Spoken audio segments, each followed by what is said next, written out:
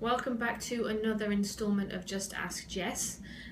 The question or the topic I was asked to talk about this week, there wasn't so much of a question from one of my clients, but more around can you talk about the value of diversity, or why does an organisation need to be diverse? So the principle of diversity really is quite simple.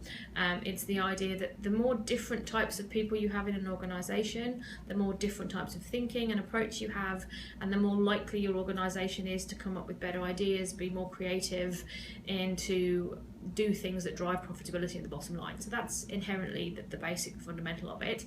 Research suggests that that's true. So for example, there's a lot of research particularly around gender diversity and the impact of having more women in senior positions, and some of the stats are around having kind of 35% better return on equity if you have more senior women in your leadership population. The tipping point is supposed to be about 33% of your leadership team or more being female in order to generate that return. So there's a big piece around the degree of thinking and approach.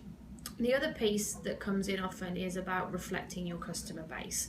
So the world is diverse. If you have an organisation that is not reflective of your customer, the likelihood is that they're not going to be able to connect with your organisation in the same way and won't have the same degree of loyalty. So you want to think about, is your internal workforce essentially a mirror composition of the outside world? If I phoned up your organisation, would I feel a connection to the people that work there? So those are really the two main reasons for driving diversity. The challenge is that a lot of organisations focus on diversity first and trying to drive diversity in their workforce rather than thinking about inclusion. So diversity and inclusion, D&I have always gone kind of hand in hand and in that order. The order actually needs to be flipped. So what happens if you try and drive diversity without inclusion is that you attract all these different people with different ways of thinking and doing and different backgrounds and different experience, but they come in and go, oh, okay, I'm not sure I really fit here, and I'm not sure I'm really valued here, I'm not going to stay.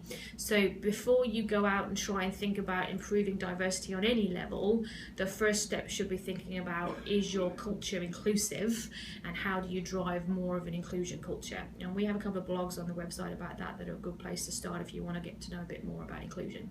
So realistically, from a diversity perspective, it's going to drive the profitability of your organisation, because it's going to allow for different types of approaches and creativity, and because it's going to be more reflective of your customer base. But before you go down the diversity path, take a step back and think about your culture and your environment and how inclusive your working practices are for a broad range of people. So that's the topic for this week. Tune in next week for a different topic, and if you have something you'd like us to answer, then feel free to touch base with us on social media and pose your questions. Thanks.